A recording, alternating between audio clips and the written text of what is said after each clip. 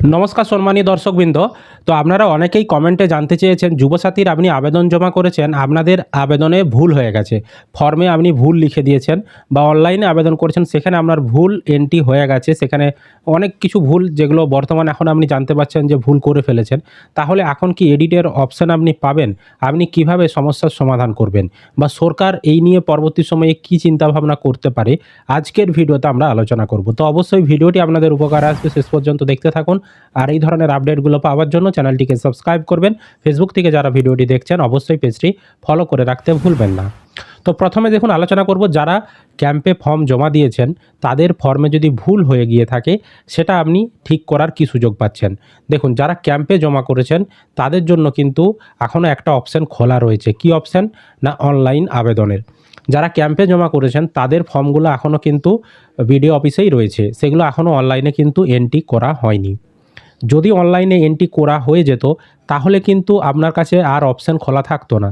যেহেতু এখনও অনলাইনে এন্ট্রি করেনি ফর্মগুলো, সেই কারণে এখন আপনার কাছে অপশান খোলা রয়েছে, আপনি অনলাইনে নতুন করে আপনার সঠিকভাবে ফর্ম অনলাইনে সাবমিট করতে পারেন, মানে অনলাইনে আবেদন করতে পারেন। এর ফলে কি হবে, আপনার অনলাইন আবেদনটাই ওনাদের সিস্টেমে এন্ট্রি হয়ে গেল। এবার ক্যাম্পের আধিকারিকরা যখন আপনার ক্যাম্পে জমা দেওয়া ফর্মটা এন্ট্রি করবে তখন দেখিয়ে দেবে আপনার অলরেডি এন্ট্রি রয়েছে, কারণ আপনি অনলাইনে যেহেতু সাবমিটটা করে দিয়েছেন। সুতরাং আপনার অফলাইনে যে ফর্মটা আপনি ক্যাম্পে জমা দিয়েছিলেন সেটা কিন্তু তারা আর এন্ট্রিই করবে না। বুঝতে পেরেছি? তাহলে আপনার ভুলটা আর এন্ট্রিই হলো না। আপনি এখানে যেটা অনলাইনে এন্ট্রি করেছেন সেটাই আপনার এন্ট্রি হয়ে রয়ে যাবে। এইভাবে কিন্তু যারা ফর্মে ভুল করেছেন তারা কিন্তু অনলাইনে আবেদন করে সঠিকটা করতে পারবেন। তবে এটা খুব তাড়াতাড়ি করতে হবে, তাদের এন্ট্রি হওয়ার আগেই কাজটা আপনাকে করে দিতে হবে। বুঝতে পেরেছি? এবার যারা অনলাইনে এন্ট্রি করেছেন তারা কিভাবে ভুল সংশোধন করবেন। দেখুন, যারা অনলাইনে এন্ট্রি করেছেন তাদের ক্ষেত্রে আর ভুল সংশোধন করার সেরকম জায়গা নেই, কারণ তারা তাদের নামটা ইতিমধ্যেই বা তাদের সমস্ত তথ্যগুলো ইতিমধ্যেই তাদের সিস্টেমে এন্ট্রি হয়ে গেছে। আপনি যদি ক্যাম্পে গিয়েও এখন ফর্ম জমা দিতে যান তাহলে কিন্তু সেই ক্যাম্পের ফর্মটা তারা আর এন্ট্রি নাও করতে পারে, কারণ তাদের সিস্টেমে দেখিয়ে দেবে আপনার নামটা অলরেডি এন্ট্রি হয়ে রয়েছে। তো সেক্ষেত্রে তাহলে উপায় কি? সেক্ষেত্রে উপায় দেখুন, যখন এগুলো ভেরিফিকেশন করা হবে যদি খুব বড়সড় ভুল না হয় আপনার কিন্তু ফর্ম বাতিল হবে না। এবার যদি আপনার কোনো ফর্মে ভুল থাকার জন্য তাদের ভেরিফিকেশনে বা যাচাই করতে সমস্যা হয়, সেক্ষেত্রে কিন্তু ওনাদের একটা লিস্ট তৈরি হবে কাদের নাম বাদ যাবে বা কাদের নাম মানে ফর্মে ভুল রয়েছে, ফর্ম ফিল আপে ভুল রয়েছে, ফল্টি লিস্ট বলে একটা লিস্ট তারা তৈরি করবে। সেখানে যাদের যাদের নাম ভুল এন্ট্রি হয়েছে বা তথ্যগুলো ভুল এন্ট্রি হয়েছে তাদেরগুলো এক জায়গায় করা হবে।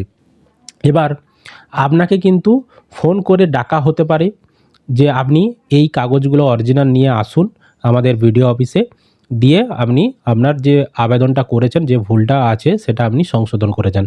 এই সুযোগটাও আপনাকে দিতে পারি। এছাড়াও কিন্তু এত আবেদন ভুল হয়েছে বা এত ফর্ম ভুল হয়েছে, অনেকেই এডিট করতে চাইছে। যেমন চাকরির ফর্ম ফিল আপ যখন করেন দেখবেন আপনাদেরকে সরকার একটা এডিট করার অপশান দেয়। তো আশা করি এই যে যুবসাথীর আবেদন করা হচ্ছে, অনলাইনে যে আবেদন করছেন, এর যদি এডিট করার অপশান দেয় তাহলে অনেকেই আপনারা উপকৃত হবেন। তো এডিট করার অপশান যদি সরকার দেয় তাহলে আমরা সেটা জানিয়ে দেবো। যদি এডিট করার অপশান দেয় তাহলে কিন্তু আপনারা অনলাইনে এডিট করতে পারবেন, মানে ভুলটা সংশোধন করতে পারবেন। আপাতত কোনো এডিট করার অপশান দেয়নি, যদি দেয় পরবর্তী সময়ে সেটাও জানাবো। এটা হচ্ছে উপায়। তবে টেনশন করার কিছু নেই। আপনার নাম যদি কোনো কারণে ভুল এন্ট্রির জন্য বাতিলও করে সেটা আপনাদেরকে যদি সংশোধনের প্রয়োজন হয় সেটা ফোন করে আপনাকে বলা হবে, আপনি ডকুমেন্টস নিয়ে যাবেন বিডিও অফিসে, তাহলে কিন্তু সেটা সংশোধন করে এডিট করে তারা ঠিক করে দেবে। বুঝতে পেরেছি আপনাদেরকে? এটাই হচ্ছে আপাতত উপায়। তাছাড়া এখন কোনোভাবেই আপনারা আর এডিট করতে পারবেন না নিজের থেকে। এখন পর্যন্ত কোনো অপশান দেয়নি। এবার পরবর্তী সময়ে দেবে কি দেবে না তারও কোনো কিন্তু গ্যারান্টি নেই। যদি দেয় সেটাও জানাবো।